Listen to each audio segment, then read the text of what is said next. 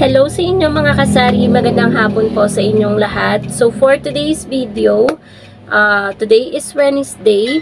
I-share ko sa inyo guys yung mga naging fast moving items nitong mga nagdaan na araw. Kasi matagal-tagal akong hindi nakapag-share sa inyo ng mga fast moving items. And then ipapakita ko din po sa inyo yung mga dumating na delivery sa ahente ko po ng itlog at sa soft drinks. Tagkaunti lang naman po yung aking kinuha. Gusto ko lang po talaga kayong i-update kung meron bang bumaba or nag-maintain sa presyo ng mga kinuha ko po kanina. So, ito pala ay resibo kahapon. So, mag-start na po tayo mga kasari bago pa tayo abutan ng ulan kasi medyo madilim na po dito sa aming lugar. Ayan, buksan ko muna mga kasari yung ilaw para naman medyo lumiwanag dito sa loob ng tindahan. Ayan nga po pala yung itsura ng ating sari-sari store ngayong Miyerkules. Madami pa rin pong laman ng ating tindahan kasi hindi po masyadong mabenta ngayong araw na to at ng mga nagdaang araw. Siguro nagkanda-ubos ang pera ng ating mga customer, pero ox na ox lang yon mga kasari kasi gano'n naman talaga ang sari-sari store. Hindi parating madaming bumibili, minsan sakto lang, minsan matumal, minsan mabenta, ganun talaga ang life. So, ito yung itlog na kinuha ko kanina. Bali si partner pala yung kumuha nito dahil nasa loob ako, bisibisihan ako kanina sa loob ng bahay. 2 tray lang yung pinakuha ko sa kanya dahil matumal naman ng itlog. Nung bagong taon mabenta siya pero ngayon ay matumal na siya. So ito guys ay good news dahil bumaba po yung puhunan ng itlog natin dahil from 250, 240 na lang po yung bigay sa atin. Kada isang tray, XL po yung size niya ng ating ahente. So, ang bentahan pa rin po natin yan ay 10 pesos each. So, ayan. Bali sa isang tray, tutubo po tayo ng 60 pesos. So, 120 po yung tutubuin natin dito sa 2 tray na ating kinuha. Tapos mga kasari, dumating din po yung ahente po natin ng soft drinks at kumuha lang po ako ng 4 na dosena, which is panay mismo po iyon dahil mismo lang naman po talaga ang medyo na naubos sa akin dahil marami pa po tayong mineral water, 1.5 and then kasalo na nandun sa loob. So, kumuha po ako ng 2 dosenang Coke mismo, ito po yun. And then, 1 dosena ng Sprite mismo. Tsaka 1 dosena ng Minute Maid. Royal guys, ito ay last week ko pa kinuha. Hindi ako kumukuha ng masyadong madaming Royal mismo dahil hindi po siya masyadong mabenta. Coke po talaga, Coke mismo talaga ang pinakamabenta. Sumunod is yung Sprite.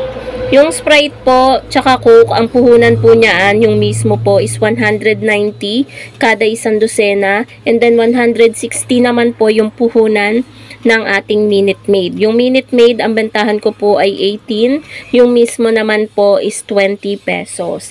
Ngayon naman po mga kasari, isi-share ko po sa inyo yung mga fast moving items. Meron lang dumaan.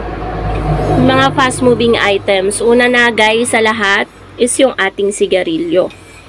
Ito yung ating cigarette organizer na maraming nagtatanong kung saan ko daw ito nabili. Sabi ko, hindi ko po yan nabili dahil yan ay bigay ng aking kapatid nung ako ay bagong start pa lang sa pagtitindahan. Second na pinakamabenta, sama na natin guys yung GCash, cash in, cash out, tsaka load. Yun ang second na in demand ngayon dito sa aking tindahan. Third is coffee. Pang-apat is noodles. Coffee natin kaya laging marami yan. Syempre, pag biglang nauubos, namimili agad tayo. And then, noodles. Noodles natin, yan ang kasabay na pinapamili natin parate. Yan, Pansit Canton at Lucky Me. Yan talaga yung parating hinahanap sa akin ni customer. Tapos, sumunod na dyan is yung mga biskwit. After ng biskwit, pero ang pinakamabenta sa akin guys na biskwit is Oreo. Yung Oreo natin tag-10 na yan guys. Kasi sa isang balot, siyam lang ang laman niya. Tapos pita, Hansel, yung mga plain, yun yung mga mabebenta ngayon dito sa tindahan. Tapos next is yung ating alak. Red Horse na maliit, bumebenta ulit siya. Kanina may bumili. Red Horse din na malaki. And then gin bilog. Tingnan nyo guys yung aking gin bilog. Yan na lang yung natitira. GSM Blue Mojito, wala na rin, nabili siya kahapon. Tapos, next is yung ating mga chicheria. Yan ang ating mga chicheria na lang. Yung ibang flavor ng Nagaraya ay naubos na. Wala na yatang piatos na blue, yung cheese. Yan na lang yung ating chicheria, guys. Hindi na yan masyadong puno sa likuran. Ayan, oh. Pagtingin sa harap, akala mo punong-puno, pero pag tiningnan yung likuran, ay kokonti na lang siya. Ayan, oh. Tapos, guys, sumunod na mabenta is yung mga powder natin na sabon, lalong-lalo na ang Tide Ariel Breeze. Pinakahuli is yung Surf. Ayan, ang ating sabunan section. Asukal, guys, sobrang mabenta din ng asukal. Parating nauubusan ako ng asukal, kaya dinadamihan ko na yung kuha ko sa ahente ko. Dati kasi pa 2 kilo lang ako kumuha. Ngayon nakaka-4, 5 kilo na ako kapag kumukuha ako doon sa aking ahente tuwing Martes siya dumadating. So ayusin natin to at hindi nakaayos ang shampoo.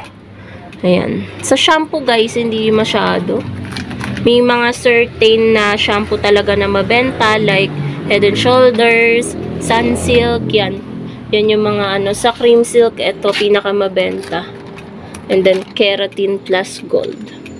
So yan, guys. Syempre yellow, hindi mawawala yan sa ating ref, sa freezer. Hindi ako niyan nagpapawala. And sobrang, ayan mabilis lang, guys, kahit isang kamay, kaya-kaya. Kasi hindi naman masyadong dumidikit, guys, yung yellow. Ito yung kagandahan ng ref na to. Tingnan nyo, guys. Oh. 'Di ba? Hindi ka mahihirapan kasi hindi ko siya masyadong pinupuno. Yun, guys, yung pinaka-technique. Yung iba kasi sa yellow, 'di ba? Yan, pupunuin din nila dito. So kapag may bumili, nagtatagal pa. Hindi kasi nila makuha agad. Tapos ayan, Yakult, mabenta si Yakult, si Chucky, Dutch Mill, tsaka yung mga Plus. Syempre, guys, yung gummies. Yan yung mga naging fast moving. Pochi. Gusto na yung pochi tsaka mga bubble gum. Yan yung mabebenta sa ating tindahan. So, yun lang mga kasari. Energen, Milo, Birch Tree. Yan yung mabebenta. Mga palaman hindi masyadong mabenta ngayon, guys. Yung mga Ladies Choice, hindi yan masyadong mabenta. Magic Sarap, syempre. Given na yan na mabenta sa ating tindahan. Mga delata nga hindi masyado ngayon eh. Ayan dami pa nating delata. 'Di ba? Parati ko na share sa inyo. Iba-iba din talaga yung yung mga nagiging fast moving dito sa tindahan ko. Condiments, ayan, fast moving yan dito sa aking tindahan. So, yun lamang po mga kasari, yung mga naging fast moving items dito sa aking sari-sari store. Sana nag-enjoy kayo sa pinakita ko. Ayan, maraming natutuwa mga kasari sa sari-sari store ko dahil ang dami daw laman. Di nila alam na sa arrangement lang yan. Ayan ang aking tindahan, guys.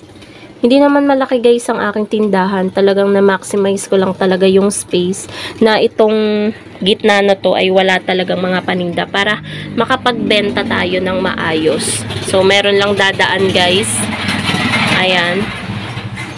Maingay na sasakyan. Ayan ang ating tindahan.